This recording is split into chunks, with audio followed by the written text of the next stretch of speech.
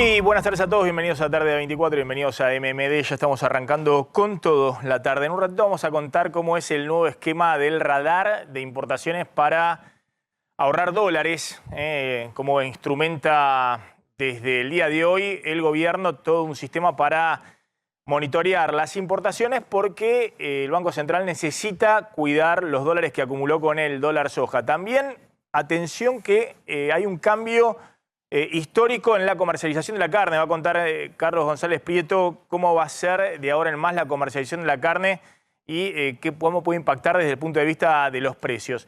Pero vamos a arrancar con lo que viene creciendo desde el punto de vista económico, que fundamentalmente es la inflación.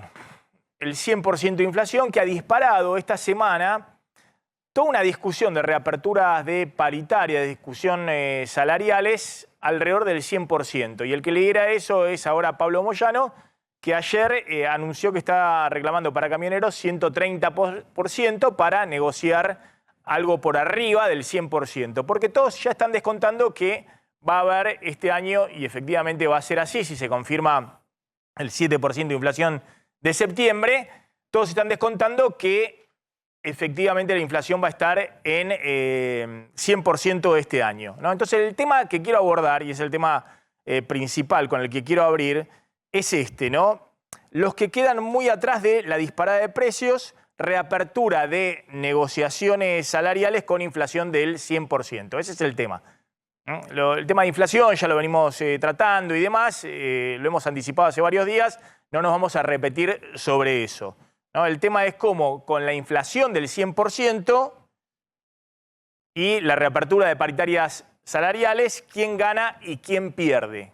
Ese es el tema que vamos a abordar ahora. Y fíjense cómo esta discusión del tema paritarias y inflación en el 100%, bueno, es una discusión compleja, ¿no? Ahora va a contar también cómo salió fuerte Luis Barrionuevo, ¿no? A decir, bueno, pero escúchame, si están discutiendo esto de quién alcance un poquito la inflación, ¿de qué me sirve un aumento del 100% si es seguro que una vez que se cierren las paritarias del 100% vamos a estar en otro escalón inflacionario? Claro, acá el punto es cómo haces para frenar la inflación. Y ojo que el punto principal es que si el gobierno no conduce esta coordinación precios-salarios, el riesgo es que este año tengamos de piso 100% de inflación, que se proyecte una aceleración mayor en los próximos meses por arriba de ese piso del 100%, que un sector de los asalariados puedan cerrar alrededor de ese 100%, asalariados registrados en blanco. Fíjense los últimos números del INDEC respecto a esto. Hay 8.700.000 trabajadores registrados asalariados, de los cuales una parte puede cerrar alrededor de 100%, pero va a haber muchos que van a quedar muy por debajo de ese 100%, empezando, por ejemplo, por los salarios públicos. De esos 8.700.000 empleos asalariados registrados, hay alrededor de 3 millones de empleos públicos, no solamente nacional, sino también provinciales y municipales. Pero ojo que hay 5.300.000 asalariados no registrados en la Argentina, que claramente van a quedar muy atrás de la inflación, muy atrás de ese 100%. Y además hay 4 millones, casi 300.000 cuentapropistas en la Argentina, que también van a quedar muy atrás de ese 100%. ¿Qué quiero decir con esto? Si el gobierno se desentiende y dice, bueno, que en paritarias negocien alrededor del 100% los que puedan van a ser un universo muy pequeño de lo que es el universo de ocupados de la Argentina, y lo que va a suceder es que van a quedar cada vez más atrás los salarios no registrados, los salarios en negro, los contrapropistas y una parte de los salarios registrados en blanco que vienen corriendo muy atrás de la inflación. Después les voy a contar cómo vienen corriendo atrás la inflación y cómo esto se va a profundizar en los próximos meses si sigue desordenadamente la inflación del 100% y todos reabriendo paritarias en cualquier nivel. Está Eugenio Semino, porque otros de los que van a quedar muy atrás de la inflación son los jubilados. Eugenio, gracias por atendernos, defensor de la tercera edad. Eugenio, a ver, nosotros contamos que los jubilados vienen corriendo muy atrás de la inflación. con el 7% si se confirma de septiembre, el acumulado en el año de la inflación va a estar en 67,3% y el aumento de jubilaciones acumulado a septiembre es del 49%. Es decir, que los jubilados están 18 puntos abajo de la inflación en el aumento de lo que va del año. Cuando tenga algún gráfico o un cuadro se los muestro. Semino, bueno, ¿qué está pasando con esto? ¿Cómo ven que esto puede de alguna manera recomponerse? Porque obviamente lo que va a tratar de hacer el gobierno es dar sumas fijas a los jubilados, suma fija a los que cobran la UH, pero la base salarial o los haberes de los jubilados van a seguir corriendo muy por detrás, ¿no? Efectivamente, y la situación se agrava día a día porque, tal cual lo señalabas, el jubilado viene muy atrasado. Recordemos que el último reajuste anunciado, que fue la primera medida anunciada por el nuevo ministro de Economía en el mes de julio, es un reajuste del 15,5%. Para los saberes mínimos de aquel momento fueron 6.000 pesos de bolsillo que recibieron los jubilados, llegaron a 43.000 pesos, más un bono de 7.000 pesos. En la vida del jubilado, con el atraso que ya venía, obviamente los 15 puntos se los llevó la inflación de julio y agosto y los está recibiendo recién ahora en septiembre. Por otra parte, lo que vemos es que queda solo un reajuste por ley, que es el de fin de año, que es un reajuste equivalente a los que ya surgieron de alrededor de un 15%, por lo cual el acumulado para los jubilados en el año conforme ley va a estar en el orden del 60%, 65% a lo sumo, por lo cual obviamente están muy por atrás.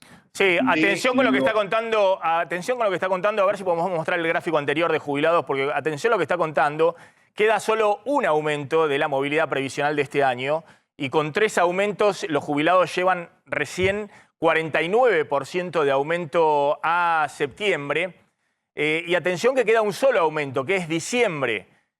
Con ese solo aumento de diciembre, atención que a lo sumo pueden tener, no sé, 65, 70% de aumento de los jubilados en un año que vamos a tener 100% de inflación. Efectivamente. ¿No? Entonces, nosotros venimos contando que vienen corriendo muy por detrás de la inflación los jubilados, que esto se va a ver en septiembre, porque con el aumento que tuvieron los jubilados en septiembre del 15,5 llegaron al 49% de inflación, perdón, de aumento de haber jubilatorio. La inflación va a estar en 67 acumulado y solo queda un aumento, con lo cual el gobierno va a tener que componer con suma fija, por lo menos a los que ganen la mínima o los que ganen 2 jubilaciones mínimas. A ver, poneme la cámara acá que lo voy a mostrar acá. A ver si se puede ver acá efectivamente en el gráfico. A ver si se puede mostrar acá. Con este aumento, lo tengo acá.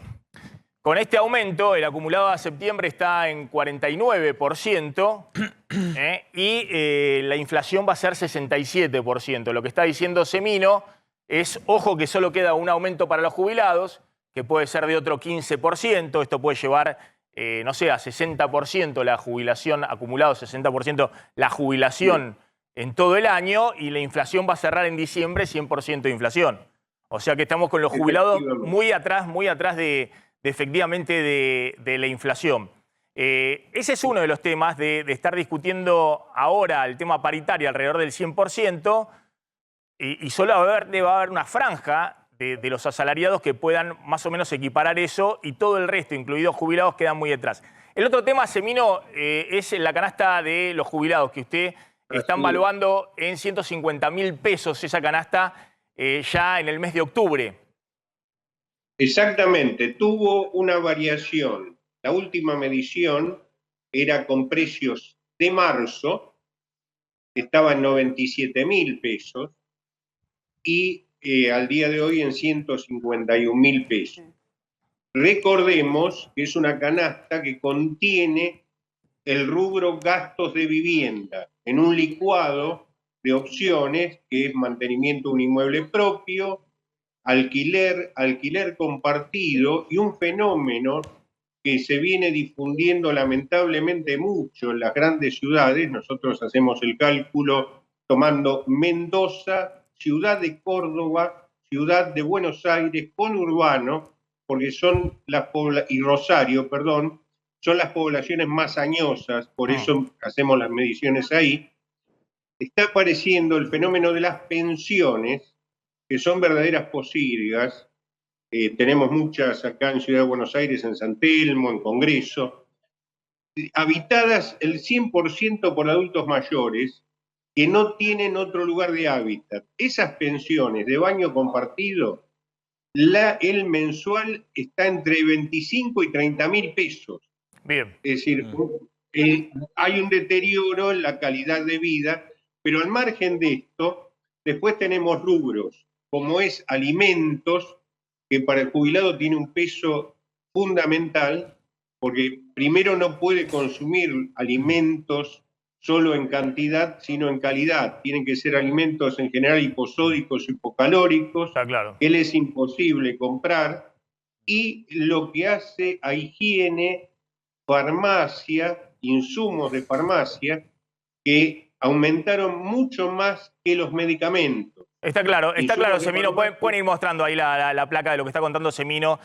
No me quiero detener en esto porque quería contarles otra cosa, digamos, que es un poco lo que pasa con esta dinámica del 100%, pero ahí están los números que estaba recién narrando Semino, como si uno ve la canasta del jubilado que viene midiendo la Defensoría de la Tercera Edad, tiene 100% de aumento ya en octubre, últimos 12 meses, y es un presupuesto que se va a 150.000 pesos, que está por arriba de 2 jubilaciones mínimas. Eugenio Semino, gracias, muy amable, como siempre, muy amable. No, gracias a vos. Bueno, lo resumo así nomás. Si vamos al 100% de inflación, hay una porción pequeña de los asalariados que va a poder más o menos discutir alrededor de ese 100%, que va a ser el piso y después va a seguir escalando. Estamos hablando de que hay 5.300.000 trabajadores registrados en negro que vienen muy atrás de la inflación y que esto se va a profundizar con el 100%, y otros 4.238.000 cuentapropistas que siguen muy atrás de la inflación y se va a profundizar. De hecho, cuando uno ve qué ha pasado con el poder adquisitivo de estos segmentos, se ve que desde diciembre del 2016 los asalariados registrados en blanco, los asalariados de mejor calidad, ha caído su poder adquisitivo desde diciembre del 2016 hasta julio de este año, que es el último dato del INDEC, ha caído 15,9% el poder adquisitivo de ese segmento. En el caso del sector público, el poder adquisitivo de esos salarios ha caído 20,3% desde diciembre de 2016 hasta julio pasado. Y fíjense, el sector privado no registrado, los salarios en negro, ha caído 34, casi 35% el poder adquisitivo desde el 2016.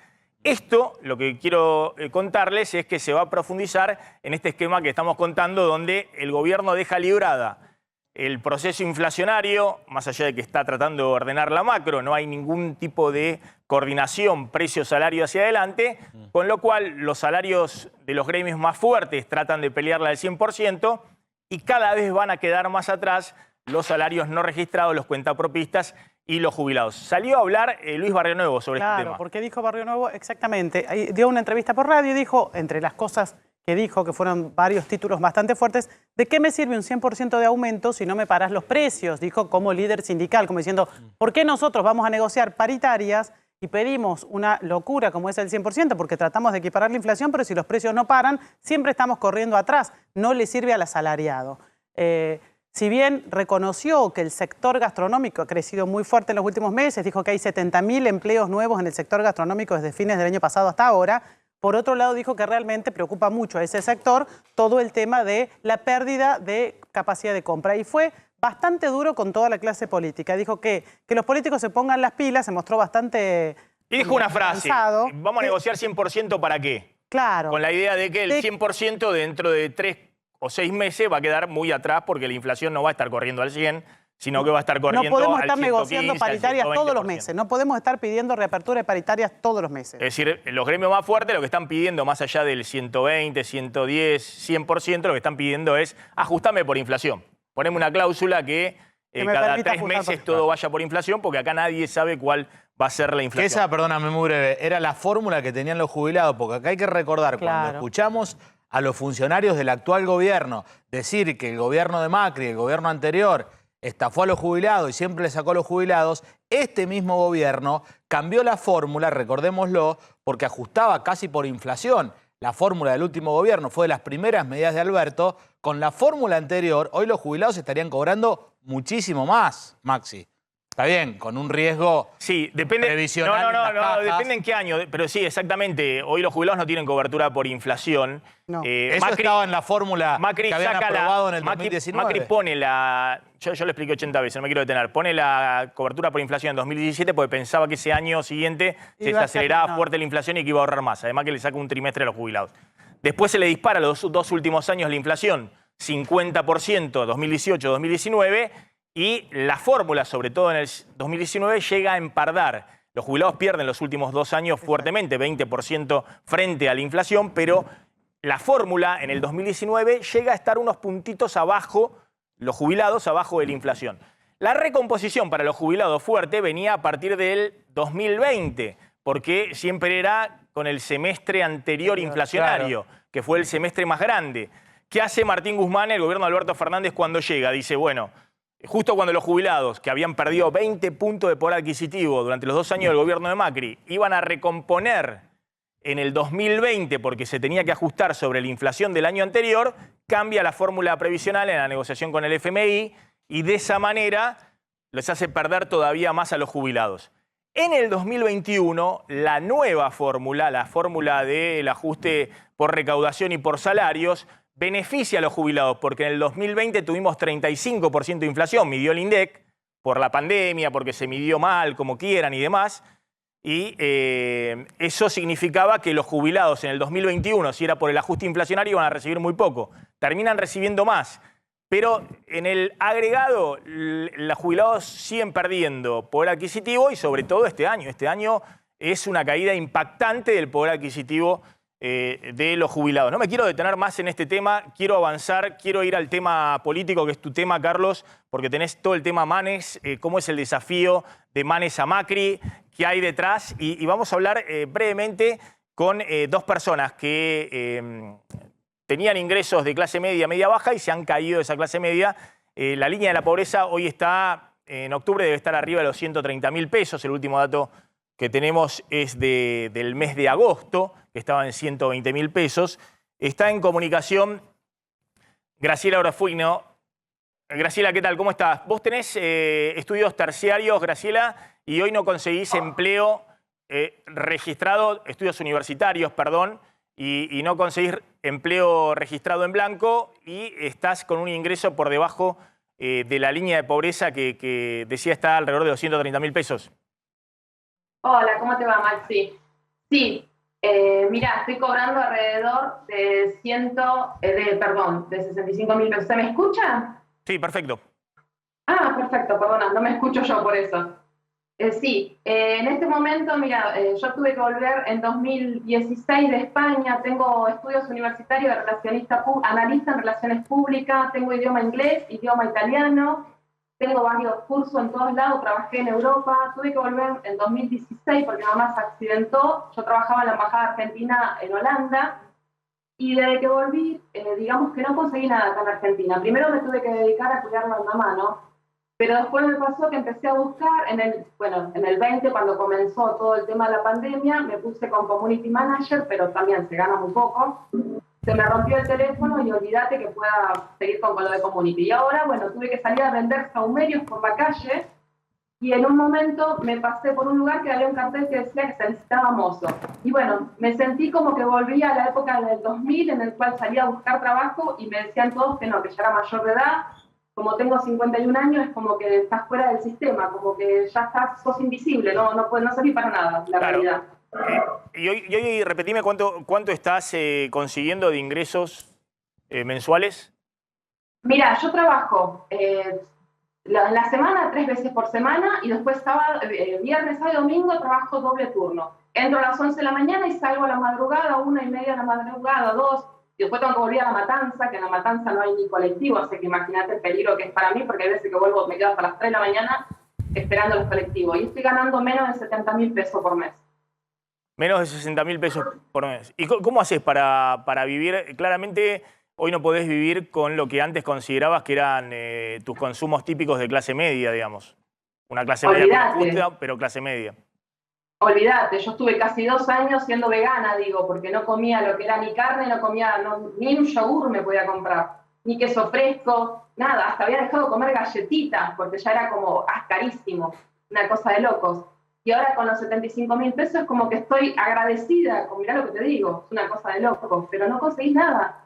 Hay una edad de personas que pasamos los 30 años que no estamos fuera del sistema, y quedás sin poder comprar nada, y con 75.000 pesos lo único que me alcanza es pagar los impuestos. Gracias a Dios que no tengo que pagar alquiler, porque si tendría que pagar alquiler, olvídate, ¿cómo hago? Es imposible. ¿Y recibís alguna ayuda social? Jamás aceptaría una ayuda social, jamás, porque yo creo que tengo la posibilidad de salir a trabajar, por eso estudié también, y mi madre se levantaría de la tumba y me mataría si llego a recibir una ayuda social. Considero que la ayuda social tiene que ser solamente para las personas que realmente lo necesitan, no para las personas que pueden salir a hacer algo. Yo ya te digo, vendía por internet, no sabía qué hacer. La verdad ya estaba haciendo de todo un poco porque, ya te digo, salí con un manojo de sahumerios que me habían quedado a vender por la calle. No vendí nada, pero bueno, conseguí un trabajo de moza. Que digamos que con 51 años me cuesta porque es terrible. Y te imaginas salir a la madrugada, tengo un pánico terrible, vivo en La Matanza. ¿Sabes lo que es salir a la madrugada y volver a las 4 de la mañana a tu casa? Para una mujer es terrorífico eso.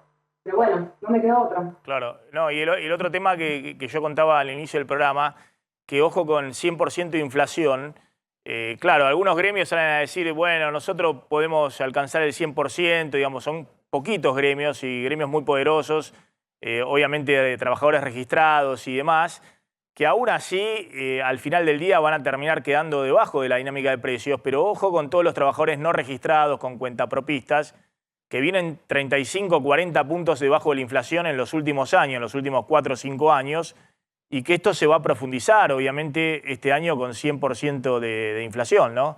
Es decir, todos los días te corren los precios y no hay posibilidad que vos puedas eso recomponer desde el punto de vista de tu ingreso como moza.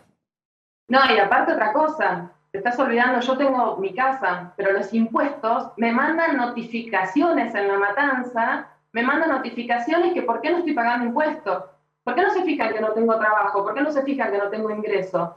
Me mandan cada vez más notificaciones como aprietes para que pague los impuestos. No puedo, es imposible. ¿Cómo pago los impuestos? Ya te digo, gracias a Dios que no tengo que pagar un alquiler, porque ya te digo, hacía 2 años que no comía carne. Estoy comenzando a comer carne ahora por el tema de que puedo trabajar y que como en el lugar, porque comprarme es imposible.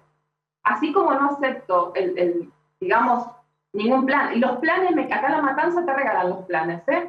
Me quisieron anotar para varios planes varias veces. ¿Sabes los que me dijeron? Que los primeros 3 meses se lo quedaban ellos por el trámite. Que después me sacaban, eso fue hace unos años cuando se ganaba 12.000 pesos en un plan, no sé cómo era. Y que después me cobraban todos los meses 2.000 pesos del plan por el trámite que me hacían. Yo digo, ¿y a estas personas le voy a dar mi número de documento, le voy a dar mis datos? No, ni loca me pongo con estas personas. Y bueno, ahí veo que ponen mi email, estoy abierta totalmente a las posibilidades de trabajo, necesito trabajar en blanco, estoy acostumbrada a trabajar en blanco. Digamos que como nos decían en España los argentinos nos dicen que tenemos don de gente. ¿Por qué don de gente? Porque sabemos ubicarnos en cualquier trabajo, podemos hacer de todo, somos capaces de todo si nos perfeccionamos. Y acá en Argentina nos echan. Yo me quiero quedar en la Argentina, pero te echan. Vos vas a comprar algo. Yo hoy estaba mirando la papa, casi 200 pesos sale. Yo no, estoy dejando de comer papa. Es una estupidez que voy a decir, ¿qué? Sí, dejé de comer papa hace 3 meses de que la subieron a más de 200 pesos. Me hice una huertita, cuidando la huertita. Ahora me tiene que venir de agua. No quiero imaginarme cuánto me va a venir de agua. No, es una locura, ¿no? Graciela, Graciela, esperamos un minuto. Te agradezco el testimonio y ahí está abajo tu nombre, tu mail, por si alguien quiere contactarte. Lo voy a sumar a Fabián Zapata, que tiene un emprendimiento de pizzas y empanadas. Habíamos hablado con él, creo que en la época de la pandemia. Fabián, ¿qué tal? ¿Cómo estás? Hola Maxi, ¿cómo estás? Buenas tardes. Bueno, ¿cómo viene tu emprendimiento y cuánto haces más o menos por mes? Bueno, mira, en este momento calculé aproximadamente hace un mes y medio que la venta decayó. Fue decayendo lentamente y me encuentro en una situación donde hoy la gente quizás espera el fin de semana y realiza algún tipo de compra más llegado al fin de semana, como algo ya, digamos, placentero. Y mientras que generalmente tenía laburo de martes a domingo, digamos, en un ritmo bastante parejo, y hoy eso fue cambiando, ¿no? Y bueno, digamos, gracias a Dios, la clientela la tengo, ha mermado la compra de la clientela, ¿no? Pero el problema que me está acechando básicamente tiene que ver con la inflación. Claro, y todo el tiempo Eh, estás haciendo números para que, digamos, todo el tiempo, no sabés cuánto te queda limpio al final del mes, digamos, porque exactamente, por ahí te come la inflación y exactamente, terminás sacando mucho menos guita de la que habías previsto. exactamente, digamos, en mano, digamos, estoy teniendo la misma guita que tenía hace 6 meses, ¿se entiende? Y no vale lo mismo ya esa misma guita. Y entonces, básicamente es porque semana a semana hay variaciones de precio, y esos precios que me vienen a mí, yo no los puedo bajo ningún punto volcar al cliente.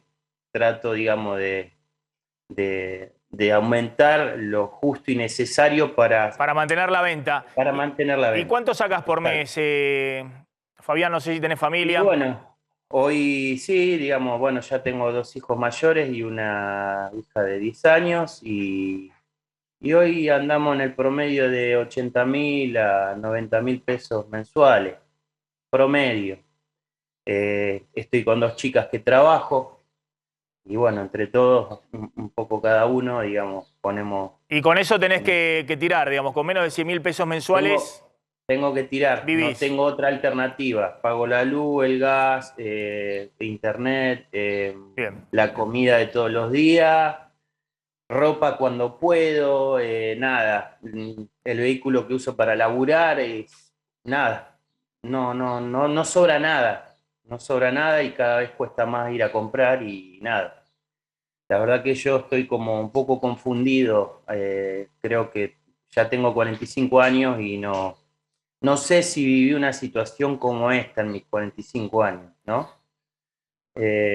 Donde nada, obviamente desde la pandemia que me quedé sin trabajo, como dijo la compañera acá, fui buscando trabajo a la par, digamos, que inicié mi emprendimiento, digamos, ¿no? Y no hay chances, nadie te llama, te entrevistan, bueno, después te llamo.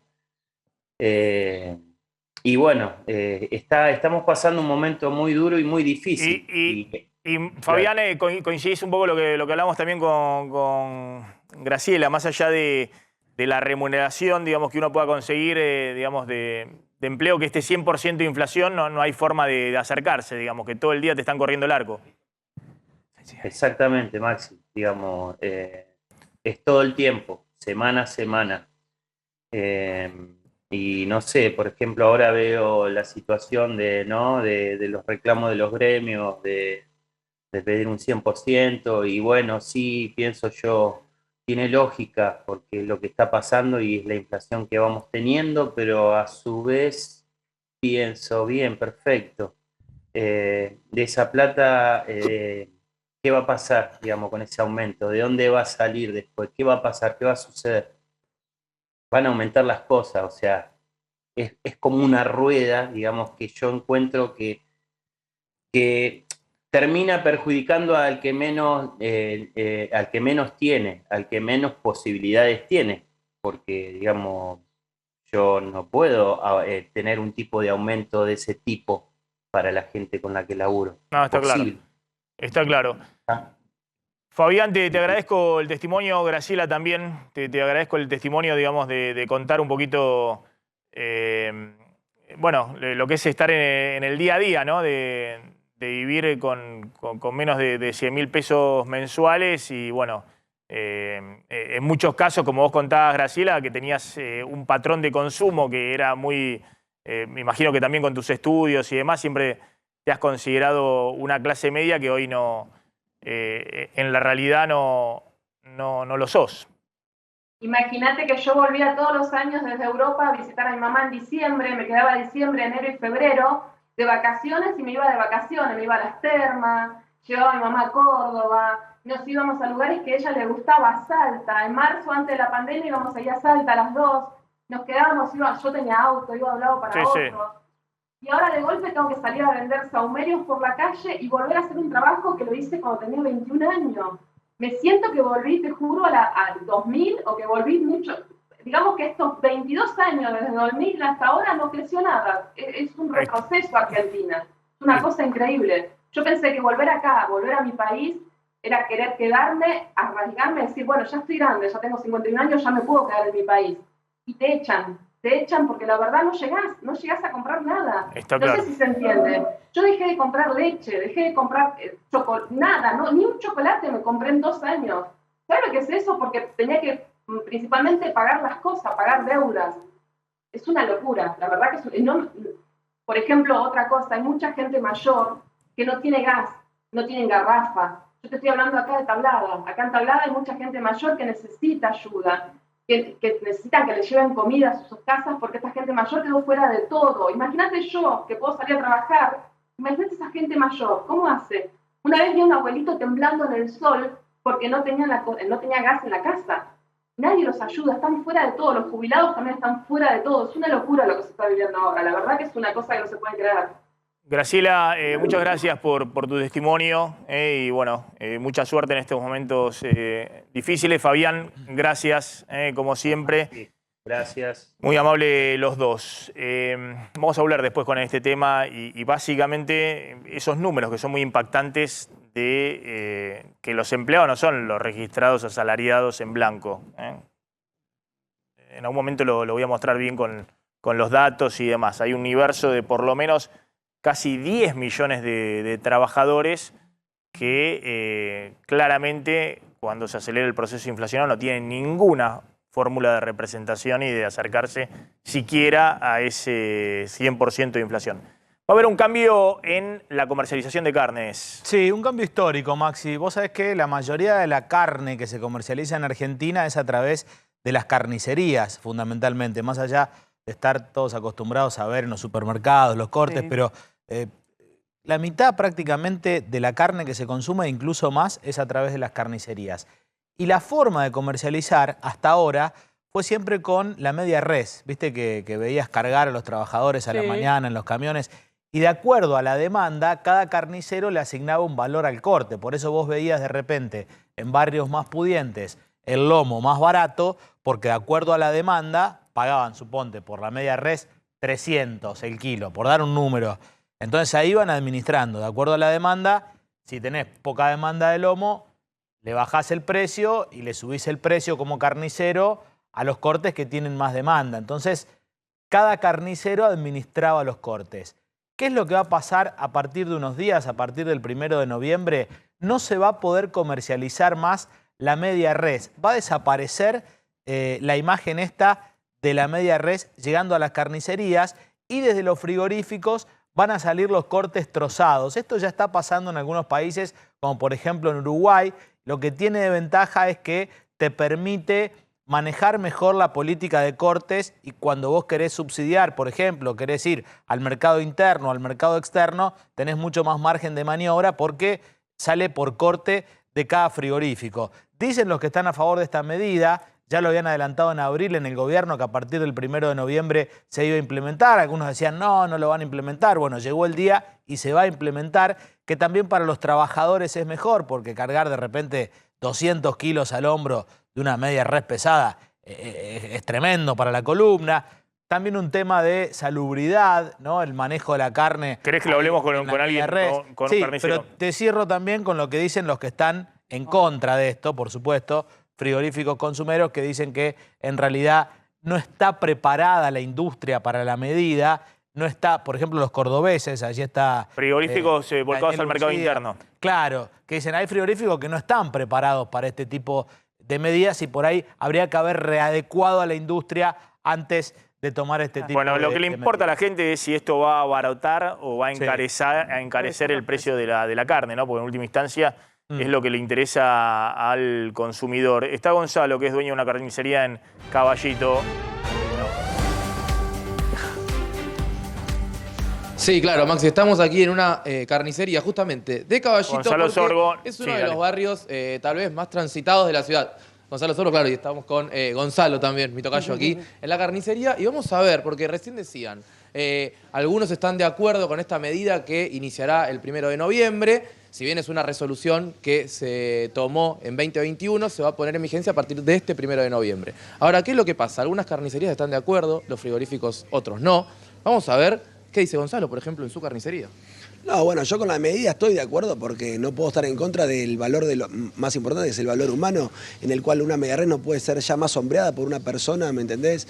Y llevar 130 kilos al hombro, algo que lo venimos haciendo desde 1900, o sea, estamos en el 2022 y tenemos que evolucionar, en un momento se tiene que cortar eso y la carne no solo que no tiene que llegar más en pedazos, así a la intemperie como llega, ya tendríamos que llegar a la carne envasada por corte directamente y de esa manera ahí se va a redistribuir mejor los precios. Obviamente los frigoríficos exportadores y todos los frigoríficos no están preparados, pero bueno, tienen que innovar y tenemos que evolucionar, no podemos seguir en el tiempo, esa es la realidad. Con respecto a los precios, si van a bajar o van a subir con respecto a esta medida, como los chicos decían en el piso, sí, van a cambiar los precios. Sería lo más lógico que en barrios más pudientes vaya el lomo, vaya el peseto, la colita de cuadril, ¿entendés? Y de esa manera tengan un precio tal vez más caro por la zona, pero que tengan cantidad porque por lo general después no alcanza y no tienen. Y en los barrios más necesitados, como que lleven paleta, arroz beef, y que esté más barato que a los valores de hoy. E ir promediando, sería lo más lógico, pero bueno, después veremos cómo camina todo esto. Gonzalo, porque después, en a ver, términos de Gonzalo, logística, eso sí está se va a poner contando un poco más engorroso. Eso que está contando un poquito es la idea de que siempre se dijo, este tema del trozado, de que haya más oferta de cortes que se demandan más en ciertos barrios y eso de alguna manera genere precios más baratos, ¿no? Cuando vos generás más oferta, digamos, por ejemplo, de corte que se consumen especialmente, no sé, en algunos barrios más acomodados de la ciudad de Buenos Aires y a su vez derivás cortes que no se consumen en esos barrios, generás más oferta de otros cortes que se consumen más en algunos lugares del Gran Buenos Aires, supuestamente los precios tendrían que tener algún tipo de tendencia para abajo. Pero estamos con 100% de inflación. ¿Vos ves que puede haber, digamos, algún cambio, que esto pueda ser relevante? No, bueno, la inflación yo creo que es un tema que ya es una enfermedad que venimos teniendo hace muchísimos años y esto no es ni una curita esto no va a cambiar el término de inflación. Saquemos la inflación de lado y hablemos de lo que es la carne con respecto a cómo va a llegar trozada. Ahí para mí, a ver, tendría que haber un cambio de precio. Igual, como yo y otros colegas, cuando nos falta algún corte de carne, lo vamos a buscar a las zonas de donde menos sale ese corte y lo tienen económico, ¿me entendés? Para después venderlo en las zonas más necesitadas Claro. de esos cortes y que lo pagan mejor. De alguna manera nosotros hacemos esa movida de ir a buscar lomos al sur de la capital para venderlo en el norte de la capital, que es donde le falta. En el sur sobra el lomo, lo llevamos al norte y así vamos distribuyendo. Yo hago un poco de reparto, obviamente con las carnicerías que no tienen el reparto, el tema de que vengan los 3 cortes, ahora como el que es el mocho, el parrillero y el delantero, tal vez de esa manera se pueda Está bien. lograr algo de eso. Ahora, ustedes hasta ahora venían comercializando, porque ya venían algunos frigoríficos, obviamente, entregando en cortes. ¿Ustedes venían comercializando ya en cortes, comprándole al frigorífico o comprando media res? Porque algunos carniceros, yo caminando el barrio, estaban un poco en desacuerdo con la medida. Decían, déjame que yo pongo el precio que quiera de acuerdo a la demanda que tengo. Digamos, ¿ustedes venían ya trabajando con media res? El precio que... Sí. A mí me gusta poner el precio que quiera, depende de la demanda que tengo, ¿me entendés? Como que yo puedo poner asado de mi media res a 590 pesos, puedo poner a paleta a 809 pesos y voy armando yo mi grilla de precios, ¿me entendés? También voy comprando unos sobrantes de exportación en donde a mí me sale una mercadería muy económica para poder sostener ese asado a 590 y esa paleta a 809 y voy integrando los precios. Es una pelea diaria, toda la vida se compró cortes, toda la vida se vendió parrillero, mocho y delantero. No es que es algo nuevo. Obviamente que llevado yendo hoy a la realidad en donde todos tienen que bajar en 3 cortes, ahí sí la logística se va a complicar y los frigoríficos no están preparados porque no quieren principalmente hacer toda esa movida porque tienen que hacer un gasto estructural muy elevado. No solo de personal que tienen que sumar a las plantas, armar de vuelta, mejorar las condiciones de las cámaras para que ingresen todos los cortes y después logísticamente entregar porque pensemos una cosa, ya 10 medias reses que se bajaban en 10 viajecitos desde el camión hasta la cámara frigorífica nuestra, ahora va a tener que hacer 30 viajes porque son 30 pedazos en vez de 10. Claro. Gonzalo, en una línea, ¿qué está pasando con el consumo? El consumo, a ver, yo lo veo siempre, lo voy buscando. Vos estás en una zona de Caballito, estás en una zona de clase media. Estás en una zona típica de clase media ahí en Caballito. Sí, acá estamos a una cuadra de Pedro Goyena, es un buen ambiente. Claro, la gente clase media. Clase media y hay un poco de clase media un poquito para arriba. Sí, clase media sí. De buen poder adquisitivo. Sí, acá la gente tenemos un buen público y también viene gente de muchos lugares porque nosotros al vender económico viene gente de distintas zonas de la capital. Pero se está sosteniendo el consumo, ¿estás pudiendo sostener el consumo? Sí, yo el consumo lo sostengo, pero es una pelea diaria que yo tengo diariamente. A ver, si yo me quedaría sentadito esperando que la gente entre, no, el consumo se me cae a pedazos. Obviamente resigno rentabilidad, busco mejores costos para mantener los precios y de esa manera que la cantidad de clientes a mí me represente la rentabilidad que estoy perdiendo. Claro. No, y veo que tenés aparte la carnicería puesta ahí con las imágenes y todo, digamos, también le metés un poco de marketing, tratás de mimar un poco al cliente, ¿no? También para poder sostener el consumo. Gonzalo, gracias, muy amable. Sí, mi negocio principalmente está basado en la compra. Dale, un abrazo, que anden bien. Ahí está Gonzalo, dueño de una carnicería. Gracias, Gonzalo Sorgo. Bueno, atención, vamos con el tema político porque generó mucho ruido las declaraciones de Manes hablando del populismo de derecha o el populismo en el gobierno de Macri, asociándolo con el tema de las escuchas ilegales, poniéndolo como una especie de contracara del populismo económico de Cristina o del kirchnerismo. Y eso generó, digamos, una especie de terremoto político dentro de Juntos por el Cambio y le salieron a pegar de todos lados a Manes, incluso desde el propio radicalismo. ¿Qué busca Manes con esas críticas tan duras a Mauricio Macri, con ese desafío público al expresidente Macri? Sí, vos sabés que acá hay una cuestión que me parece clave y de la que no se ha hablado tanto, que tiene que ver, y ayer te lo contaba Lustó cuando le hiciste ese reportaje tan rico para escucharlo, de cómo van a ser las fórmulas finales. Si van a ser fórmulas cruzadas, es decir, de repente un candidato del PRO que podría ser Larreta con Gerardo Morales, que podría ser Patricia Bullrich con Cornejo. Estoy hablando de negociaciones que se están llevando a cabo. O un candidato puro del PRO, un candidato puro del radicalismo. ¿Correcto? Al final de cuentas va a haber un único candidato. Entonces, lo que piensan muchos radicales es, tendríamos que integrar una fórmula presidencial, Maxi, con fórmulas cruzadas. Lo dijo Martín Lustó. Es decir, un candidato del PRO y uno radical para que al final, en la elección final, la fórmula tenga de distintos partidos políticos candidatos. ¿Qué es lo que quiere Manes? Quiere que la fórmula sea encabezando el radicalismo. Y él quiere ser candidato a presidente. Lo ha hecho explícito. No es un hombre muy conocido. La lógica, lo podemos conocer nosotros en el Círculo Rojo, pero no es una persona hiperconocida.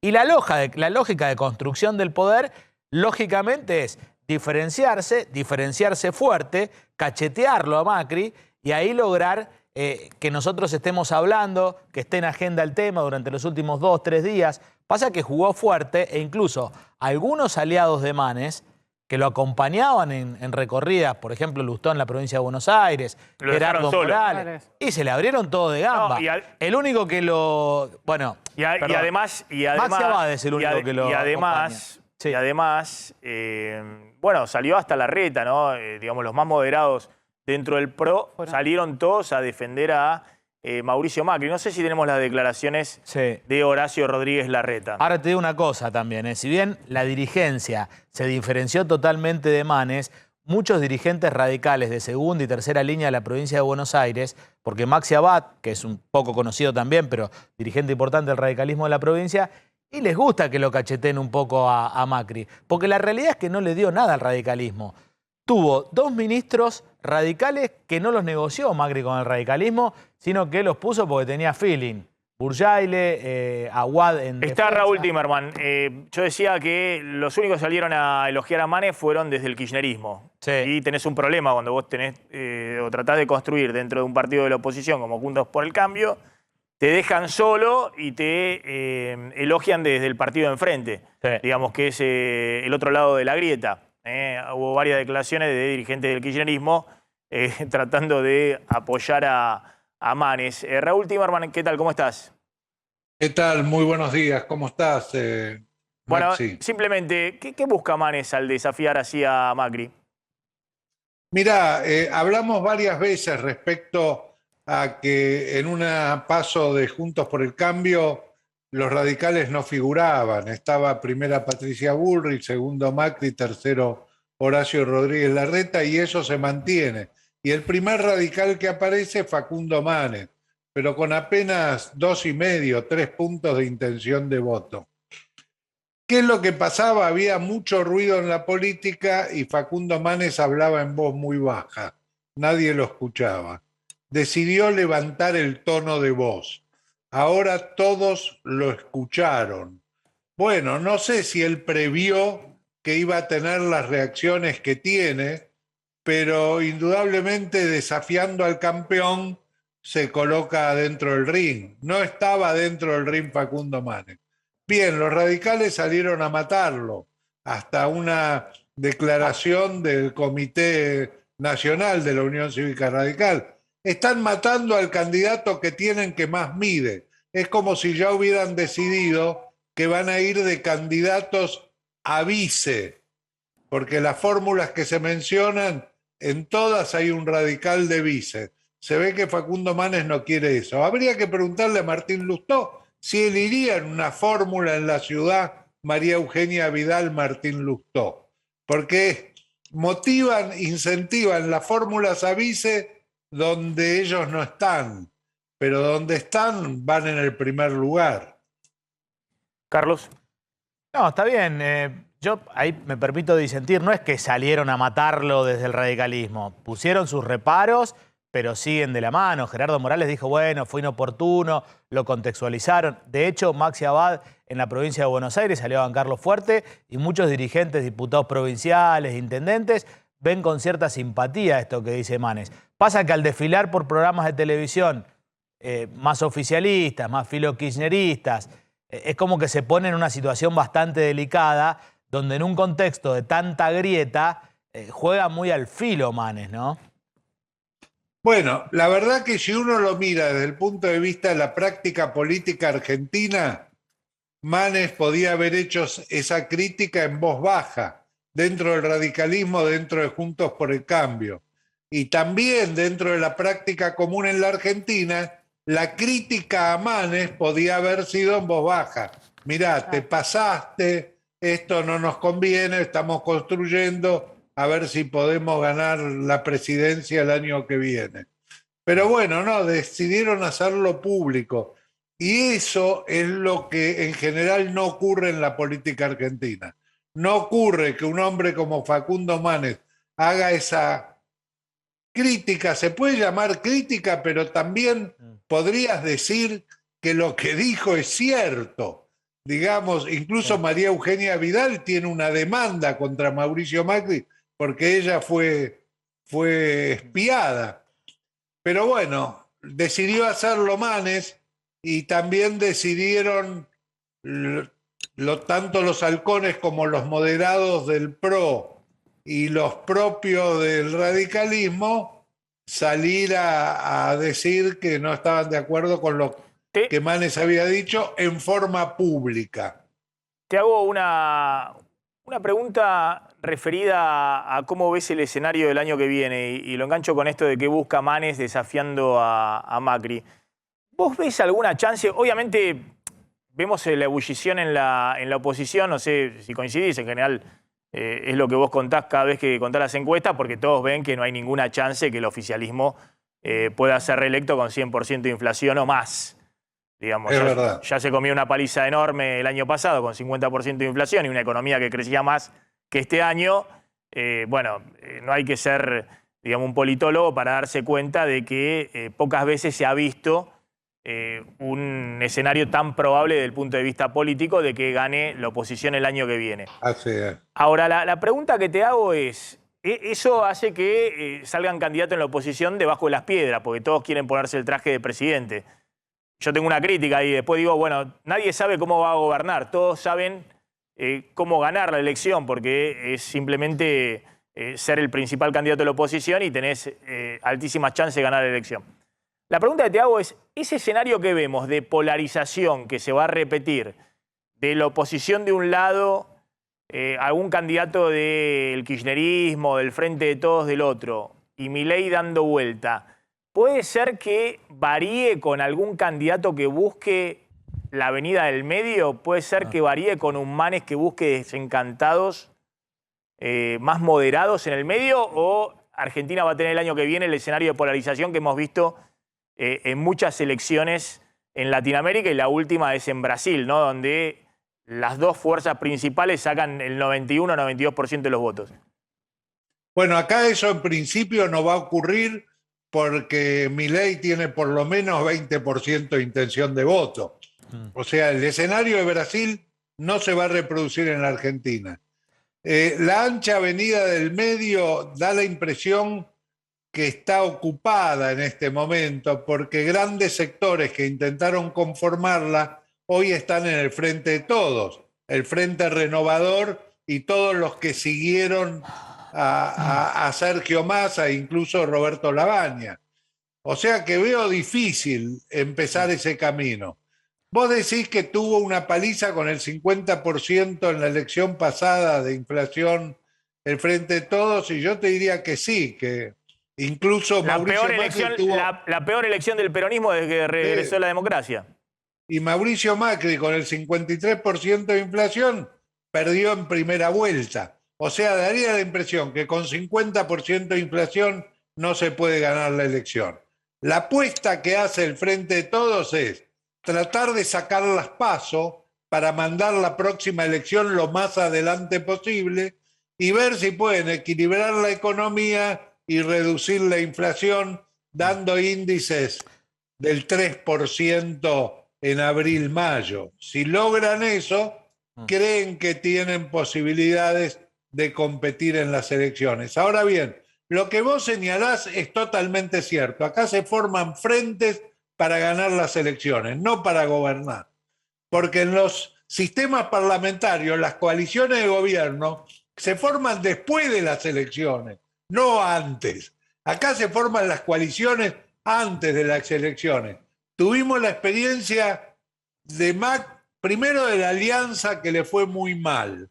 Después de Macri, que eligió gobernar solo. No respetó la coalición, lo dejó a los radicales y la coalición cívica de lado. Y después esta experiencia donde ya es irreconocible. Mirá la campaña del Frente de Todos en el 2019 y el gobierno es irreconocible.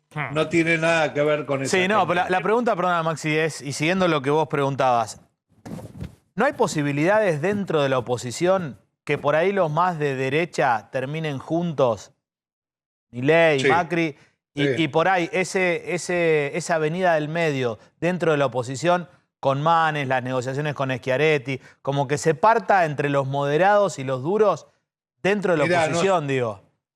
Sí, te cuento la experiencia más simple de todas que hacemos en los Focus Group con Sheila Wilker. Participan 6, 7, 8 personas por Focus, pero hacemos muchos en el mes. Ponemos figuritas con los retratos de los políticos y les pedimos al grupo, hay grupos de todo tipo, de votantes del Frente de Todos, votantes de Juntos por el Cambio, votantes de Milei. Les pedimos, ¿pueden juntarlos, aglutinarlos por afinidad ideológica? Inmediatamente te ponen a Patricia Bullrich, Mauricio Macri y Milei juntos. Y te ponen a Horacio Rodríguez Larreta, los radicales y Sergio Massa juntos. Y te ponen al kirchnerismo con la izquierda juntos. O sea, vos me preguntás, ¿puede haber un reagrupamiento de las coaliciones? Y sí, puede existir, puede existir. Bueno, está bien, lo dejamos ahí dando vuelta. Me parece que en Juntos por el Cambio tienen muy en claro que tienen que estar juntos para ganar la elección, ¿no? Así es. Que obviamente si Milei no estuviera en el escenario, Juntos por el Cambio podría ganar cómodamente en primera vuelta. Pero con Milei en el escenario... Cuidado, cuidado. Milei tiene 20 puntos. De esos, 14 puntos son de gente que votó en la elección Macri versus Fernández. 7 son de Macri y 7 de Fernández. Ah, mira vos. Vos decís que está más, que le saca a los dos partidos, que le saca... Porque los desencantados... Para que quede claro por qué hacemos este tema de que el oficialismo tiene muy pocas chances a nivel nacional y dentro del propio kirchnerismo dice está perdida la elección nacional. Es un votante opositor, esos 20 puntos es un votante opositor al gobierno. Es decir, que en un balotaje... Los 7 que votaron a Alberto Fernández son desencantados del Por Frente eso, de en un Todos. balotaje esos 20 puntos van a ir a votar a cualquiera que vote en contra del gobierno. 4-1. 4-1. Está bien. Raúl, gracias, muy amable como siempre. No, al contrario, ahí estaba gracias a ustedes. Raúl Timerman. Bueno, cerramos acá el tema político rápido. Macri viene con otro libro. Sí, ¿para qué? Se va a llamar, lo anunció hoy en las redes sociales. Es un libro donde, según el prólogo, recorre un poco su experiencia de vida, para qué ser presidente de un club, dice para qué cambiar una ciudad, para qué cambiar un país, una especie, no te digo autoayuda, pero no solamente político, sino que va más por el lado psicológico. El libro parece que lo va a presentar el 18 de octubre en Sociedad y algunos especulan si esto tendrá que ver con esto que hablamos siempre, ¿no? Una posible candidatura o no de Mauricio Macri, que sigue coqueteando y si bien niega ser candidato, uno al analizar cómo se viene moviendo, estuvo de recorrida hace algunas semanas con intendentes en la provincia, estuvo en una gira internacional en Estados Unidos y en España, ahora presentando un libro. Es como que podrías evaluarlo como un potencial candidato en carrera, pero silencio de radio. Bueno, presenta el día después del Día de la Lealtad. Voy a leer el libro, me parece interesante el tema. ¿Para qué? Me parece más interesante que el segundo tiempo, ¿no? Que fue el primer libro, digamos, porque todos nos preguntábamos ¿para qué? Claro. Bueno, entonces vamos a leerlo a ver si tiene interés o tiene una propuesta de gobierno distinta a la del primer gobierno. Se empieza a aplicar el radar de las importaciones para ahorrar dólares. Nosotros dijimos que los 5.000 millones de dólares que acumuló el Banco Central gracias al dólar soja en septiembre no va a significar que se flexibilice las restricciones a las importaciones, sino que ahora el Banco Central tiene que cuidar esas divisas que acumuló a un costo elevado. Ofreció el dólar soja de 200 pesos, acumuló casi 5.000 millones de dólares, pero ahora se vienen 3 meses de muy poca oferta de dólares y además de mucha demanda de dólares en el sector importador, porque se calcula alrededor de 5.000, 6.000 millones de dólares de deuda comercial, es decir, de empresas que estuvieron aplicando la fórmula que exigió el Banco Central desde junio, que es que consigan crédito comercial, es decir, que los proveedores les estiren los plazos de pago y de esa manera puedan realizar las importaciones. De hecho, hemos visto en junio, julio, agosto, el nivel de importaciones siguió en un nivel muy elevado,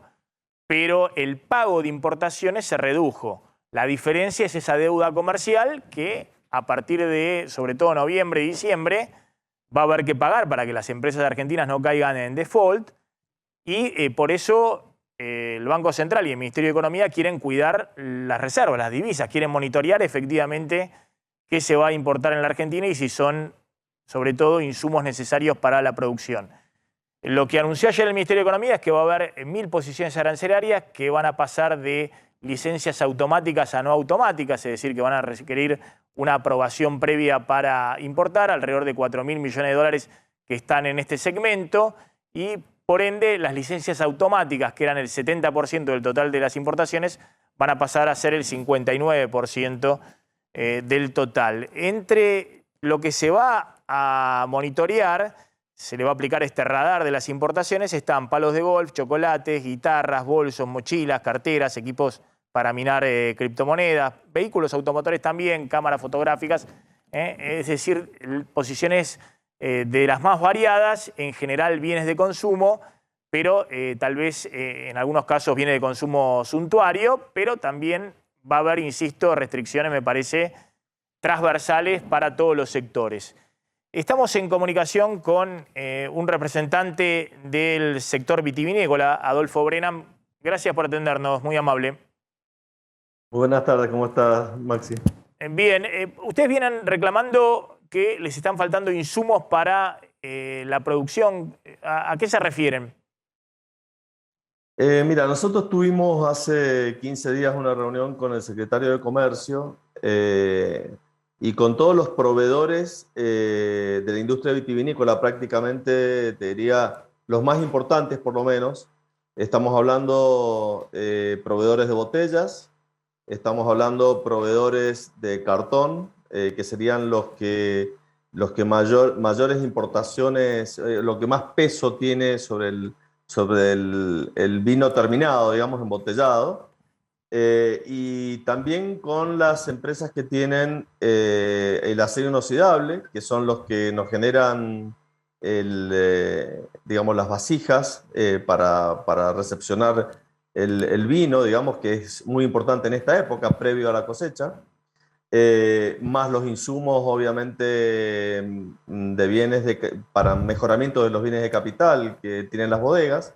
Y otra de las cosas son los insumos enológicos, y allí entrarían todo lo que sean tapones, lo que es etiquetas, lo que son insumos de productos químicos que se utilizan en la elaboración. ¿Todo eso se importa? Barricas, todo eso. Hay una muy baja producción en la Argentina. Digamos, en el caso del vidrio, las importaciones reflejan más o menos un 30% del costo, digamos, de la botella es importado. Eso fundamentalmente está enfocado en los carbonatos, en la soda solva, y básicamente. En el caso del papel, cartón, digamos, el cartón blanco sobre todo, es un cartón, digamos, que la pasta requiere de algunos productos importados. Y en el caso de los otros insumos, barricas, por ejemplo, te diría que un 90% son importadas, el 90% de las barricas. Los tapones no se producen en la Argentina, los tapones, digamos, de Alcornoque, estoy hablando de corchos. Tampoco las cápsulas, el material de las cápsulas. Entonces, digamos, hicimos todo ese planteo, pero no únicamente lo hicimos desde un tema, digamos, de ver caso por caso, que es un poco lo que esto de las licencias, de hacer un listado detallado y entrar a una burocracia interminable, sino de trabajar con el Observatorio Vitivinícola y te ofrezco, si vos querés se lo puedo dejar a la productora, todo el estudio que le presentamos al Ministerio, porque allí está la incidencia de cada producto y el valor agregado que genera la industria. Ahora, Adolfo, una pregunta, porque en general todos los sectores también están haciendo el mismo planteo, diciendo, bueno, no puede haber, digamos, un cuello de botella en los insumos esenciales para la producción, porque además se genera en el sector mucho valor y en muchos casos además hay un componente que se exporta también importante. ¿Qué está pasando hoy con la industria vitivinícola? ¿Esto está generando algún problema en la producción? ¿Se están agotando los stocks de estos insumos? ¿Cómo está la situación? Mira, nosotros tuvimos una reunión esta semana, un poco haciendo un relevamiento con la Cámara de Insumos Vitivinícolas, que inclusive les puedo dejar también el contacto para que tengan un contacto directo con los que importan directamente. Si bien, digamos, no han tenido mayores inconvenientes en estos días, en estos días que pasaron desde que nos reunimos hasta la fecha, digamos, han podido importar. El tema, digamos, es para adelante porque ya tienen gastada el cupo que tenían ellos para poder importar. Entonces, ese sería el primer problema. Y el segundo problema es lo que vos acabás de mencionar, que es el plazo de pago, porque normalmente todas las empresas que importan insumos enológicos son pymes, entonces no pueden tener el plazo de pago que exige el Banco Central de 180 días. Entonces, uno de los planteos que nosotros le hicimos al secretario de Comercio es que lo disminuyan a 90 y se buscara un financiamiento barato de esto, si no salimos de competencia. Está claro. Adolfo, ¿cuánta gente está empleada en el sector vitivinícola? Mira, alrededor, no quiero decir una cosa por otra, pero creo que estamos alrededor de 70, tenemos alrededor de 70 empleados por hectárea. Ese es el valor agregado que tiene. Debemos estar alrededor de los 70.000 empleos. 70.000 empleos. 70.000 empleos. Adolfo, gracias, muy amable. Adolfo Brennan de la Cámara de Industria Vitivinícola. Bueno, hay varios sectores que están alertando, sobre todo este tema. De todas maneras, está bien que se haga un monitoreo de lo que se importa y que es licencia automática y que es licencia no automática, porque decimos siempre, Argentina ha tenido 2 años de superávit comercial récord, más de 30.000 millones de dólares de superávit comercial, diferencia de Expo-Impo, y con semejante cantidad de dólares el Banco Central está vacío, es decir, no tiene un solo dólar. Entonces ha habido también con la brecha cambiaria todo tipo de maniobras para aprovechar los dólares baratos del Banco Central. Vamos a ir a la tanda. Cuando volvamos vamos a hablar de qué está pasando con las tarifas de luz y gas, cuándo se va a aplicar finalmente la segmentación. Van a ver cómo está el tema del ahorro energético en Europa. La verdad que es muy impresionante lo que está ocurriendo allá. Y también vamos a contar, Carlos, qué pasa en la última parte del año con el trigo, la sequía, si va a haber más oferta de dólares o menos oferta de dólares.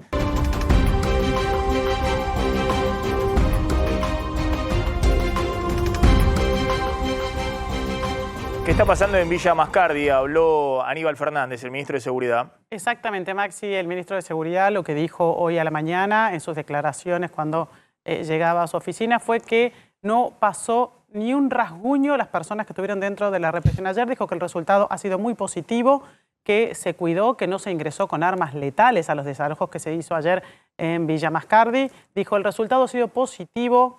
No hubo agresiones de ninguna característica ni un rasguño. Aclaró que los 5 menores que habían sido encontrados en el lugar fueron puestos a salvo y luego entregados a sus familias y dio por concluido el desalojo y la normalización de la situación allí en Villa Mascardi. Sin embargo, hoy a la mañana el conflicto volvió a aparecer porque vandalizaron la capilla de Villa Langostura. Lo comunicó el cura párroco que está a cargo de la capilla de Villa Langostura, es la capilla de la Asunción, más conocida como la capilla de Villa Langostura, y comunicó que esta mañana había aparecido la capilla. Hay algunas imágenes, quisieron quemarla, pone. Y este es el resultado, gracias a Dios no pasó a mayores, pero es una alerta para la comunidad, dijo el cura párroco Julio César Mora González. Los conflictos siguen en toda la región, el comando que implementó el gobierno sigue trabajando, pero después de ayer se esperaba que hoy la situación estuviera más calma, Maxi. Carlos.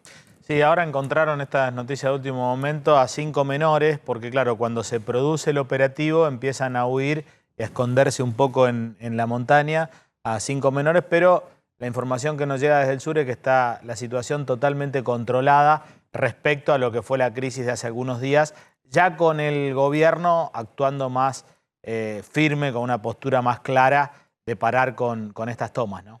Está Diego Frutos, que es presidente de la Junta Vecinal de Mascardi. ¿Qué tal? ¿Cómo anda?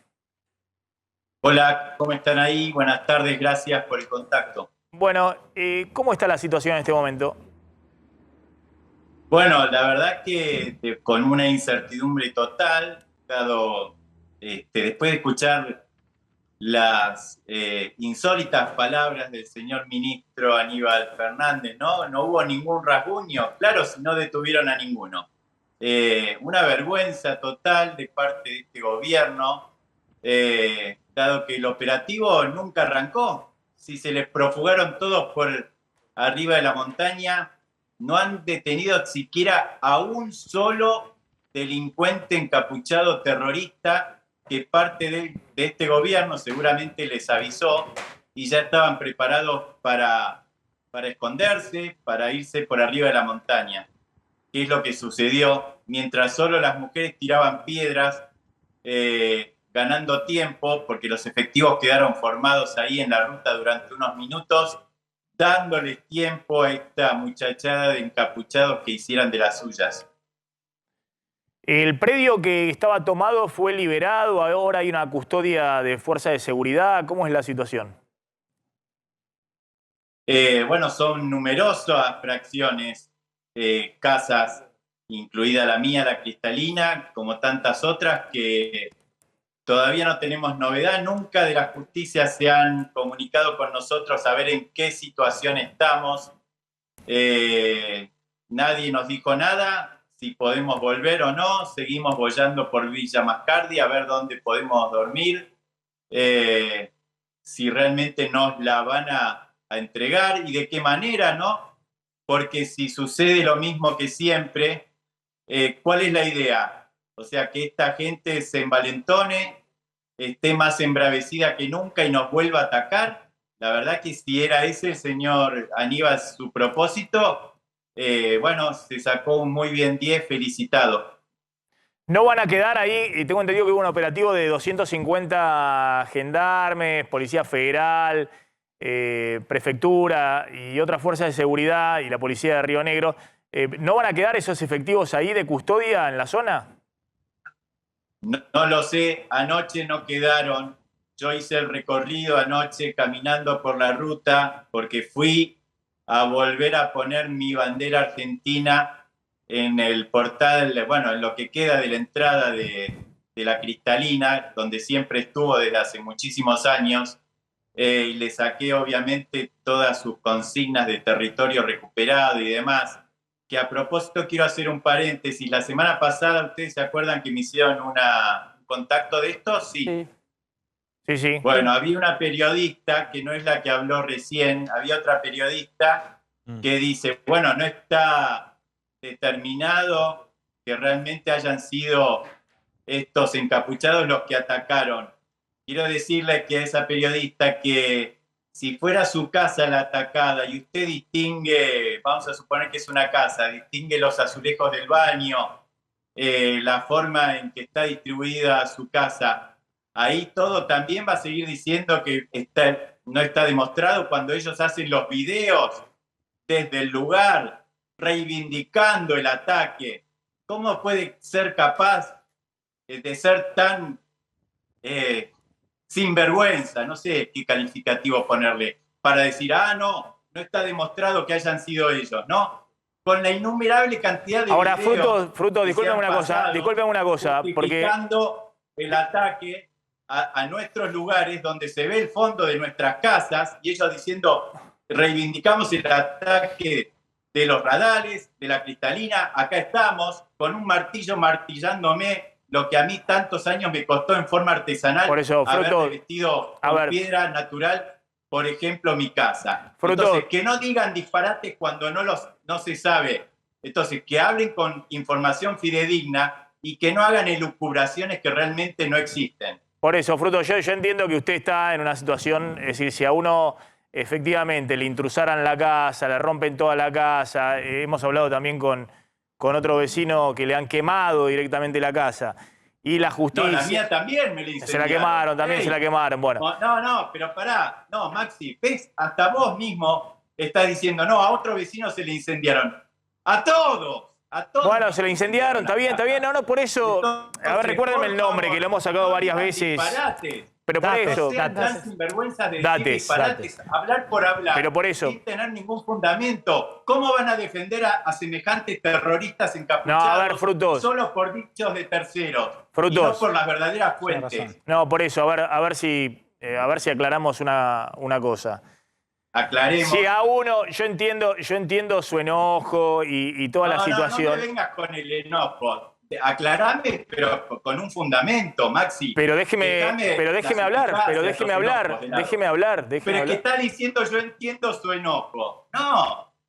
Te pido que entiendas que tu colega ha dicho un tremendo disparate. Pero yo lo que le quiero decir es lo siguiente. Si a mí me queman la casa y me entran y me intrusan y la justicia, la policía, el gobierno provincial, el nacional, el municipal o lo que fuera no encuentran a los culpables, yo estaría un poquito más enojado que usted incluso y tomaría por mano propia la defensa de mi casa o de mi familia o lo que fuera. Entonces yo entiendo su enojo, eso lo estoy diciendo. No lo entendiste. No lo entendiste porque saliste con cualquier cosa, Maxi. Bueno, yo le estoy diciendo Acá lo que... yo te estoy hablando. Pero yo lo que quiero decir es que en un Estado de Derecho... Tremendamente errado en el concepto. Pará, Maxi, no, te tengo que frenar, discúlpame. Yo te estoy hablando de imágenes concretas donde ellos se filman jactándose de incendiar y pero por eso, mi casa. La de los radares. Pero por eso, lo que hay que hacer en un Estado... Argumento mayor que ese que ellos se están reivindicando y ustedes dicen, no, bueno, pero podría ser que no. Si ellos mismos se están reivindicando, no les puede costar tanto perdón un segundo. que realmente son los verdaderos culpables. Perdón un segundo. A ver, no es un tema, digamos, donde yo estoy siguiendo punto a punto, por eso estoy hablando con los protagonistas, estoy hablando con usted y demás. Ahora, yo lo que creo que tiene que ocurrir es que la justicia, la policía y demás detenga. ¿Cómo puede ser que quemen una casa, que agredan a los habitantes, que no quemen una casa, quemen varias casas y demás, encapuchados y demás, y que ni la justicia, ni la policía, ni el gobierno provincial, ni el gobierno nacional y demás detengan a los agresores, a los delincuentes, a los terroristas? Por eso le estoy diciendo, yo entiendo el enojo suyo respecto a esta situación. Ahora, en el Estado de Derecho... No, el enojo es con ustedes en este caso. El enojo es con ustedes. Dígame, ¿por qué? El otro día ¿Por qué es el enojo, entonces? Esta mujer, pero dígame... Florencia Halfon. Pero, ¿por qué Flor? Bueno, planteó? No, yo me acuerdo de la situación. No, esperemos un segundito, no, porque si no es una cosa muy desordenada. Frutos, a ver. No, pues es una cosa muy desordenada. Nosotros lo llamamos a Frutos para que nos cuente efectivamente lo que está sucediendo, para que me narre y demás. Y usted me está hablando de una situación que ocurrió la semana pasada con una periodista acá en el programa que no está presente. Entonces, quiere lo llamamos mañana y me cuenta. Yo lo que le quiero decir es lo siguiente. Acá tiene que intervenir la fuerza de seguridad y la justicia y tienen que poner presos y condenar dentro del sistema de derecho a las personas que son responsables de esto. Está clarísimo como eso. Es muy simple. Y eso es lo que tiene que determinar la justicia. ¿Quiénes son los responsables? Usted dice que hay pruebas abrumadoras de que los que son responsables son... ¿Usted tiene nombre y apellido? Bueno, me imagino que todo eso lo ha presentado en la justicia, efectivamente. Y esas personas tienen que ir presas. Es decir, tiene que haber un juez que tiene que dictar una sentencia y si efectivamente corresponde, tendrán que estar varios años presos. No sé cuál es efectivamente su reclamo además de ese. Maxi, está bien, me diste otra respuesta. Ya ese tema ya está recontrahablado, obviamente. Estamos repitiendo lo mismo, ya hicimos todos los reclamos. Lo que yo digo, a ver, no me quiero detener, pero por favor lleguemos a una conclusión.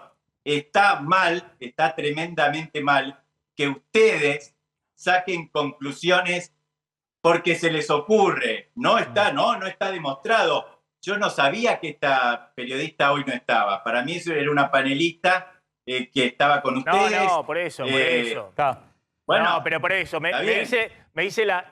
Perdón, es así. Perdón, me está diciendo acá de la producción que preguntó usted si estaba esta periodista y que le dijeron que no estaba. Y me dijeron que sí. Entonces, si me dicen que sí, yo estoy hablando de acuerdo a lo que me dijeron. Me está hablando acá la productora ejecutiva y me dice que le dijeron que no estaba. Pero bueno, está bien. No, Fruto. no. Bueno, ¿pero qué quiere que haga, Fruto? Si me dicen una cosa, usted me dice una cosa, me dice otra cosa. ¿Cómo? Bueno, a mí me dijeron que sí. Está bien. Y yo no los puedo ver a ustedes. ¿No? Hagamos lo siguiente. Sale la imagen. Yo lo que a mí me parece que es muy importante y que es lo que quiero dejar en claro y me parece que siempre mantengo el equilibrio en situaciones que es importante que haya el equilibrio. Yo lo que digo es que si no hay Estado de Derecho, es decir, si no actúan las fuerzas de seguridad, esto termina muy mal, muy mal. Muy mal significa que se haga justicia por mano propia. Y eso, obviamente, cuando no está el Estado en un territorio, como hemos visto que ha ocurrido ya de manera muy reiterada, y veo que hay gente que con toda razón está con su propiedad totalmente incendiada, con el fruto de su trabajo, con riesgo para su familia y demás, bueno, me parece que hay que hacer una intervención rápida. Lo llamamos para preguntarle si eso estaba ocurriendo hoy. Usted me está diciendo que eso fue más que nada una puesta en escena, pero que teme que esto vuelva a ocurrir, no sé, mañana, pasado o la semana que viene cuando se retiren las fuerzas de seguridad. Me parece que lo importante es dejar aclarado eso. No, las dos cosas son importantes, porque no puede ser que el periodismo fogonee, porque de esa manera está fogoneando a estos grupos de delincuentes terroristas para que sigan usurpando. Es así, porque al decir que no, bueno, no está demostrado, ahora que me dieron el nombre, yo me acuerdo que esa periodista me hizo en el diario de Berlín. Hagamos una cosa, Fruto. Hagamos una cosa. No, pero lo convocamos la semana que viene para que discuta con ella. Yo no fogoneo nada y me parece que está claro lo que estoy diciendo. Yo no voy a repetir lo que vos ya dijiste. Bueno, listo. Listo. ¿A usted le parece que yo estoy fogoneando algo? Le pregunto. No. La periodista esta Florencia Hepburn, algo así. Lo fogoneó de una manera... Me estoy diciendo cualquier cosa desde la... A ver. Y yo tengo que estar en el aire... chicos, y tengo que mantener cierto equilibrio, ¿no? Porque hay gente también muy enojada en la producción con usted, digamos, por cómo se... Pero yo tengo que mantener el equilibrio. Me dijeron que sí, perdón. Yo le propongo lo siguiente, Fruto, le propongo lo siguiente. La semana que viene, cuando esté Florencia, puede dialogar con ella cuál fue la frase que tanto lo enojó y efectivamente lo que tiene que quedar claro... Pero no porque sea usted, no porque sea Villa Mascardi, sino que yo creo en el Estado de Derecho. Y yo creo en que el Estado tiene que imponer el orden, que no puede haber grupos armados que estén quemando casas o quemando propiedades y que el Estado mire para otro lado. Lo creo desde el primer minuto, por eso estamos sacando este tema permanentemente y estamos haciendo el día de hoy. A mí me sorprendió las declaraciones hoy de Aníbal Fernández. Nadie ha hablado en el Estado Nacional de esto. Sale Aníbal Fernández a decir, se ordenó, ya está todo listo. Lo sacamos a usted, que no lo conozco, Fruto, lo vi la vez pasada. No es usted un economista, alguien con quien yo estoy dialogando todo el tiempo, en lo que es mi área, pero lo sacamos para ver, porque me dicen, Frutos de la Junta Vecinal es quien mejor conoce qué está sucediendo en el lugar. Por eso, como periodista, lo llamamos para que me cuente qué está sucediendo. Usted me está diciendo, ojo, porque todo lo que hicieron no significa que esto se haya terminado, ni mucho menos. Bueno, me parece que esto queda aclarado. Lo que tenga que usted discutir con nuestra periodista, lo podemos discutir la semana que viene, pero no quiero hacer lo que no hago con ningún invitado, que es hablar de esa persona cuando no está. Es decir, yo no voy a cortar y voy a decir, che, Fruto, pero la verdad que este Fruto es un desubicado. No lo voy a hacer cuando corte la comunicación con usted. Entonces, me parece que una cuestión elemental es, si usted tiene un enojo particular planteando algo en particular, bueno, hablarlo cuando esté esa periodista, no cuando no está esa periodista. ¿Se entiende? Perfecto, pero es que a mí, listo, lo culminamos acá, son 10 segundos. Si a mí la producción me dicen que sí, que está, y que yo no los veo a ustedes, quizás me ven a mí, pero yo no veo el panel de ustedes. Entonces, cerramos el caso, te doy la derecha en esa última explicación que me has dado, y lo que te quiero decir es que, por favor, que en una acción como esta o como tantas otras donde tienen que actuar en otras provincias, el narcotráfico en Santa Fe, por ejemplo, que por favor se una la justicia federal con la provincial. Que en este caso yo siento, porque conozco ambas justicias, que la justicia provincial, que ha avanzado mucho más que la federal, fue dejada de lado cuando tienen que actuar en forma conjunta las dos fiscales. Es un disparate que por una cuestión de ideología o de pensamiento o de rencillas que eventualmente tengan, que uno vaya por un lado y la otra por el otro. tienen que actuar en forma conjunta. Como Argentina y Chile se tienen que unir para erradicar este problema, olvidarnos de las diferencias que hemos tenido en el pasado y actuar conjuntamente para erradicar a estos violentos encapuchados que con el artilugio de autopercibirse mapuches están incendiando toda la Patagonia y la Araucanía chilena. Porque es así, se autoperciben, no son ninguna comunidad. Yo les voy a decir en breves segundos, una comunidad tiene dos características. Primero, tiene una variedad etaria, abuelos, hijos, nietos, bisnietos, primos, tíos, hay un lazo consanguíneo también. Estos son todos muchachos venidos de distintos orígenes, de 20 a 30 años, no forman ninguna comunidad que ni siquiera está registrada ni en el INAI, Instituto Nacional de Asuntos Indígenas a nivel nacional, ni en el CODESI, que es el instituto a nivel provincial. Hay un montón de situaciones que hacen que el señor Aníbal Fernández, hasta el día de hoy, los sigue considerando como pueblos originarios, porque es muy romántico decir originarios, cuando en realidad son pueblos indígenas. ¿Por qué pueblos indígenas? Me dicen, no, que es peyorativo. Hay un instituto nacional que se llama Instituto Nacional de Asuntos Indígenas que ellos mismos pidieron que se creara. Y la Constitución, el artículo 75 de la Constitución Nacional, inciso 17, habla de pueblos indígenas. Entonces, no es para nada despectivo. ¿Cómo no me voy a enojar? Si ante todo tienen siempre una respuesta, lo que planteo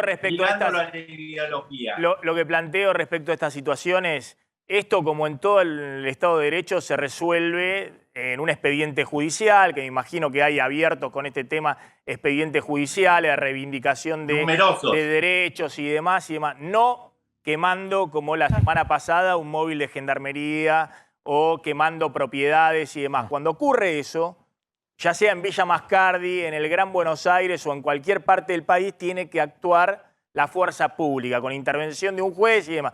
Y obviamente con el respaldo de la autoridad política. Ahora coincido con usted, si la autoridad política tiene una ambigüedad enorme, que se entran a pelear entre ellos, sale Bernie diciendo que entregan la patria, que no manejan bien las cosas, Aníbal Fernández que no se sabe para qué lado va, ahora parece que quiere conducir lo que dicen los jueces, los fiscales y la gobernadora, pero bueno, coincido con usted, este tema se ha prolongado en el tiempo y sigue estando dando vuelta en el tiempo porque la política se mete de manera muy ambigua, según los tiempos. Pero bueno, la seguimos en otro momento, Frutos. Le agradezco. Bueno, 10 segundos nada más. Quiero destacar al periodista, se me va el nombre, pero está con Babi a la noche, que creo que está con ustedes ahí también. Carlos está con Babi a la noche. Carlos. No sé si ahora está en el piso, pero es un periodista que sí sabe del tema, que ha hablado cuando se mete, habla con fundamento. Entonces, a eso voy, Maxi. Que no se meta gente que no tiene ni la menor idea. O sea, que hablen con criterio cuando sepan, porque de esta manera fogonean a estos encapuchados terroristas, ¿entienden? Los que fogonean a estos grupos son otras personas, digamos, Frutos. Pero... El periodismo también, Maxi, el periodismo también. Bueno, desde este programa... Berbisky lo fogonea, el señor Berbisky lo fogonea un montón. No sé lo que hace, Berbisky. Bueno, hoy es periodista. No sé, está bien, pero no sé hoy con quién juega, si juega con esto, con Cristina, con el otro y demás. No sé, pero usted está... bueno, está bien. La dejamos acá porque necesito avanzar con otros temas. Gracias, Frutos. Muy amable. Muy amable. Bueno, ahí estaba Frutos. Vamos con el tema tarifas. No, por Dios, chicos, le pedimos disculpas a Carla, pero necesito meter... Tenemos una pila de cosas. Me dicen que está Carla. Carla, ¿qué tal? ¿Cómo estás? Te pido 1000 disculpas, Carla. ¿Cómo andás, Maxi? ¿Cómo estás, Carla? Contame en una línea, te pido 1000 disculpas, pero tenemos toda una agenda de temas, tarifas de luz y gas, y se nos descontroló, entre otras cosas, por esto que contaba Fruto, el entredicho con la producción y demás. En una línea, simplemente, ¿cómo está la situación ahí? Bueno, por ahora el tránsito está liberado, aunque Gendarmería mantiene algunos puestos entre Bariloche y Tronador, Maxi. Eso es lo más importante, que por ahora está el operativo ahí, pero están dejando pasar para la gente que circula. Bueno, recordemos que es una ruta internacional. Bien, Carla, te pido disculpas, gracias. No, no hay problema. Ahí, como siempre, bueno, estás contando un poquito lo que está pasando en este momento, pero se nos fue, tenemos una tanda pendiente. Digamos, a veces se desorganiza el aire, ¿no? Y yo insisto, yo trato de mantener el equilibrio. También cuando hay entredicho y se ponen en palabras fuertes, los pone Frutos en palabras fuertes, también por acá por la cucaracha. Del otro lado hay seres humanos, gente que labura, productores que contradicen lo que decía Fruto y están muy enojados con Fruto, pero me lo dicen por acá. Entonces, bueno, yo en el aire tengo que tratar de no enojarme con Fruto, no enojarme, digamos, con los que están enojados con Fruto y tratar de mantener el aire con prolijidad y con cuidado. Tarifas. ¿Qué pasó con el tema de tarifas de luz y gas? Puntualmente, Maxi, el aumento de la luz que tenía que llegar con las tarifas de septiembre y que lo íbamos a pagar con las boletas que vamos a pagar en octubre se postergó. No se empezó a aplicar todavía el aumento, entre otras cosas porque el gobierno tiene una cuestión, un embrollo complicadísimo, no lo puede desenmarañar, no puede determinar esos 5 millones de familias que no se registraron, si son todas muy pudientes y no quieren el subsidio nunca más, o si hay, como suponen, muchísima gente que necesita continuar con la o porción del subsidio o el total del subsidio y no se pudo anotar porque le faltó tiempo, porque no tiene las posibilidades de conectividad, porque no sabe cómo hacer el proceso, en fin. ¿Qué va a ocurrir entonces? Pospusieron el aumento de la luz un mes más, va a empezar a regir en teoría recién desde el 1 de octubre con la boleta que vamos a pagar en noviembre. Sigue abierto el registro para todos aquellos que quieran inscribirse y seguir con el subsidio, por supuesto, si cumplen los requisitos. Sabemos que toda persona que tiene una facturación o ingresos mayor a 350.000 pesos no lo puede tener. Y entonces con las boletas de noviembre va a venir el aumento de la luz. Mientras tanto, en el Ministerio de Economía, puntualmente la Secretaría de Energía, tratan de ordenar todo esto y de saber cuánta gente va a seguir con el subsidio y cuánta no. Ahora me contás, porque Massa anunció hoy por Twitter también que está abierto el registro para los clubes de barrio. Atención, que era todo un tema cada vez que hay aumentos tarifarios. Sí, pero ahora me contás esto. Está Juan Dillon en París. Juan, gracias por atendernos. Hola Maxi, ¿cómo te va? Bueno, escuchaba atentamente el tema de la segmentación, que es lo que bueno, impulsó esta mañana un tuit que hice con respecto a que se hizo la segmentación aquí en Francia, como en Alemania, como en el Reino Unido, pero que además hay un sistema que permite o que va a permitir, por ejemplo, dejar sin agua caliente a través de los medidores a los usuarios franceses que no quieran ahorrar en un, obviamente, invierno complicado, en este caso por las derivaciones, Maxi, de la guerra en Ucrania y la estampida de los precios del gas, electricidad, etcétera. Sí, me impactó el tuit que pusiste, Juan, por la verdad que desconocía totalmente. Reiterá y contá un poquito cómo es eso. Es decir, la distribuidora de luz y gas puede tener la posibilidad de manejar, bueno, en este caso la de luz, ¿no? Los electrodomésticos del hogar. ¿Cómo hacen eso para poder controlar, digamos, si vos tenés o estás gastando demasiado con un electrodoméstico o la del gas y estás usando demasiado el agua caliente? Bueno, es simple, Maxi. Si lo están viendo, hay un medidor que básicamente lo que tiene es conexión a Internet, tanto de la red domiciliaria que tenés o tiene la empresa, pero también tiene un chip de 5G y esto se comunica con la empresa eléctrica. Pero repito, es muy simple. Yo tengo uno en mi casa. Y de acuerdo al contrato que vos tengas, si es de tarifa plana o no, es decir, a ver, hora pico o no pico para hacerlo mucho más simple, ellos miran cómo estás gastando. Básicamente lo que quieren es que no te aproveches de los precios más baratos para hacer un uso intensivo, por ejemplo, lavar mucho la ropa. Entonces ellos lo que van a hacer básicamente con el termotanque, que son la mayoría eléctrico aquí, lo pueden retirar por 2 o 3 horas del suministro eléctrico, pero solamente a ese artefacto, no me preguntes técnicamente, creo que es por una cuestión de amperaje, pero simplemente lo van a hacer y le avisaron a 4,5 millones de franceses. Si consumís en hora pico, te cortamos por lo menos el termotanque eléctrico.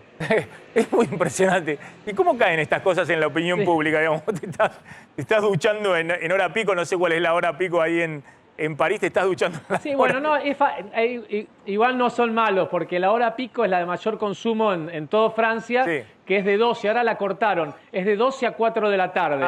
Así que, bueno, es raro que te bañes, pero lo Claro. que no quieren es que en el momento máximo de uso la gente utilice para calentar, bueno, en este caso el agua, que es lo que avisaron. Habrá que ver qué pasa con la calefacción, por ahora no hay problema. ¿Cómo se lo toma? A ver, el europeo es distinto porque sabe que acá la electricidad máxima vale siempre, es cara siempre, no es que hay subsidios, por lo cual sabe que es un bien caro. Vale alrededor, un departamento paga no menos de 100 euros por mes, es decir, 30.000 pesos por mes. Un departamento, estoy hablando, de 50 metros y cuidando el recurso. Lo que saben es que viene una guerra, también saben mucho de guerra y que hay que apichonar y hay que cuidarse durante el invierno. No se lo toman bien porque obviamente afecta al bolsillo, eso no se logra llegar a fin de mes y obviamente no pone a nadie de buen humor. Claro, pero de alguna manera comprenden la necesidad de tratar de hacer más eficiente el consumo. Sí, exactamente. Sí, saben, no solamente... A ver, el problema energético o en realidad el problema climático es la segunda preocupación de los europeos, por lo cual todo lo que es el impacto de los recursos, agua, gas, electricidad, lo tienen, digamos, es un tema de conciencia social. Incluso hay todo un problema y un debate con Qatar por lo que ha sido el desempeño y el gasto que tienen los cataríes en el Mundial, y el gobierno aquí, por ejemplo, de París va a sacar todo lo que sea, a ver, los grandes televisores. Bueno, no va a poder haber nada del Mundial, algunos hablan de un boicot, pero digo, también tiene que ver con una conciencia que tienen sobre los recursos, en este caso la electricidad. No, es muy interesante, ¿no? Porque en general siempre uno decía, bueno, que trabajen por el precio, digamos, si vos gastás en hora pico y demás, que se dispare la tarifa de manera fenomenal y eso va a disciplinar a la gente. Pero parece que solo con la tarifa no alcanza, digamos. Tarifas que vos contaste han aumentado mucho, sino que también están buscando, apelando a la conciencia ciudadana y si no directamente a estos mecanismos de controlar directamente el consumo. Sí, además se sabe de dónde es la matriz energética aquí, se sabe que es, en el caso Francia es energía nuclear, por lo cual saben el riesgo que tienen cuando tienen usinas, digamos, prendidas. Y por el otro lado saben que es vía fósiles, por lo cual saben que es contaminación o es recursos que tienen que importar. Entonces tienen muy en claro que no son recursos absolutos, divinos y que llegan del cielo. Entonces lo cuidan. Juan, gracias. La verdad que siempre impecable, siempre dando, digamos, un enfoque distinto y te seguimos ahí, Vale. como siempre. Y no se peleen. En Twitter. Viste, como la tele argentina, ¿viste? Te sorprendés en cualquier momento porque cada uno tiene un conflicto distinto acá. Gracias, Juan, un abrazo. Tremendo, sí, Mirá. por cucaracha todo. Chau, chau, chau. Ahí está Juan Dillon. ¿Qué Mirá, pasó? acá nos manda un amigo que está viviendo en Barcelona, le llegó la boleta de gas. Es él, su mujer y una hijita tienen. 462 euros por mes. Wow. Son 462 dólares prácticamente. 500 dólares son... Sí. Es una moneda, ¿eh? Casi Y igual. sí. Tres, una familia de tres. Y sí. Solo para la factura de La factura de electricidad. electricidad. Solo de electricidad. Solo electricidad. No. Ahí está, mirá, ahí la ponemos. Vamos a ir a la tanda. Atención porque se viene otro aumento de tarifas de tren y colectivo en el área metropolitana. Así es, Maxi. Lo confirmó el ministro de Transporte, Alexis Guerrera, hoy, cuando estaba llegando a una reunión que había en la que participó junto al presidente sobre la ley Yolanda. Hizo declaraciones el ministro de Transporte y dijo que sí, que a partir de diciembre habrá aumentos en las tarifas del transporte público. Dijo que en promedio van a ser de un 40%, pero en realidad van a ser precios diferenciados porque no es lo mismo la cuestión que tiene que ver con el AMBA, con el área metropolitana, y lo que tiene que ver con el transporte nacional en el caso de los ferrocarriles. Además, recordemos que en las ciudades y en las provincias el costo del boleto de colectivo lo regulan en función de los subsidios que da el gobierno nacional, pero lo regulan los municipios o las provincias. De manera que en promedio se espera un aumento del 40% a partir de diciembre. Eso ya lo confirmó el gobierno. Atención que ya hubo uno en julio del 40%. Sí. Este es el segundo aumento del 40%. Pero bueno, es inevitable porque tenés que achicar la factura de subsidios. Exacto. Y lo mismo va a pasar con el tema energético. Ahora están viendo la segmentación, pero después tiene que empezar a partir del verano. Bueno, ¿cómo vas acomodando para que no se dispare de nuevo la tarifa de subsidios, la cuenta de subsidios energéticos? Está Adrián Saquen en Estados Unidos. Adrián, ¿qué tal? ¿Cómo estás? ¿Qué tal? Buenas tardes, Maxi y equipo. Bueno, aquí estamos, realmente la comunidad argentina muy conmovida, ¿no?, por el crimen en Kansas City, en el estado de Missouri, de Camila Berensen, una investigadora de 24 años que convivía, que compartía el departamento en el centro de esta ciudad de Missouri, que está ubicada a la vez en el centro de los Estados Unidos, con el estudiante chileno Pablo Guzmán Palma, otro investigador de 25 años. Ambos fueron encontrados asesinados en un departamento que había sido incendiado previamente. Esto fue el sábado por la mañana, el sábado 1 de octubre a las 5 de la mañana. En la investigación policial que siguió a este hecho todavía no hay pistas claves. De hecho, le han pedido a todos los vecinos a 3 cuadras a la redonda de este departamento en Kansas City que por favor aportaran las grabaciones de seguridad, ¿no?, a ver si en estas cámaras de vigilancia pueden aportar algún dato sobre el asesino, que no se sabe si fue 1 o 2. Hasta ahora lo que se supo, lo que trascendió, es que ambos cadáveres tenían heridas de bala. Pero hasta ahora no hay ninguna pista firme, por eso también las autoridades están ofreciendo $25.000 de recompensa por pistas firmes, aunque también se ordenó una pericia a la empresa Amazon, ¿no?, porque uno de los dispositivos de voz que se llama Alexa, que sirve para ordenar a distintos dispositivos electrónicos, para darles comandos, para encender luces, por ejemplo, para hacer funcionar un equipo de música. Esos equipos suelen estar permanentemente vigilantes y es posible que haya actuado como caja negra, ¿no? O sea, como registrando la voz del asesino, que dicen, según la investigación policial, lo que se sabe es que hay elementos, hay pruebas materiales de que estuvo con ellos por varias horas antes de que se produjera este asesinato y el incendio, ¿no?, que creen que ha sido posterior para ocultar las pistas. Pero por ahora no tenemos pistas claves. La policía no ha ofrecido conferencia de prensa, que es lo habitual que se hace aquí, sino que tan solo ha emitido comunicados y estamos esperando por novedades, ¿no?, ya que estamos a miércoles ya y desde el sábado hasta ahora no hemos tenido indicios acerca de cuál fue el móvil del crimen tampoco, ¿no? Muy impresionante, un caso muy impresionante que seguramente vas a seguir, Adrián, en la continuidad de A24. Muchas gracias como siempre, Adrián Sack. Gracias a ustedes, por favor. Bueno, estamos retirando, gracias a la gente de Varonil, como siempre me viste. Simón Templar. Ay, hola, Varonil. Ahí está Roberto. ¿Cómo andás, Marian? ¿Cómo ¿Todo te bien? va? ¿Cómo te va? Me vine con un estuche que parece un ladrillo. Pero perdón, te hace juego con el saco. Estoy dudando ya, mi querido. Ay, qué primera mano. ¿Puedo verlos? Sí, pero no son de, viste, es otro anteojo. A mí me encanta, Máximo. Tengo que ir a hacerme los anteojos. Quiero ver tus anteojos y me haces toda una historia de dónde son. No son. solamente los anteojos, sino que el estuche, los anteojos le hace combinación con el saco. Ay, mira. Estás muy extraño últimamente, Maxi. Por favor, te lo pido. Cortala, basta. Ya que la gente dice, ¿qué onda? ¿Qué pasa? Antes no me picaban esas cosas. Ahora, Maxi, mostrale a Robertito que ya no es más lastimado. No, ya lo tengo cicatrizado. Mira cómo está. Más o menos. Se secó el callo, pero tenés 3 más acá. Sana. Se quedan, está muy bien, Mariana. Sí. Gracias, Mariana. No, está muy bien. Se quedan con Roberto y con Mariana. Yo, por supuesto, que no me lo digan los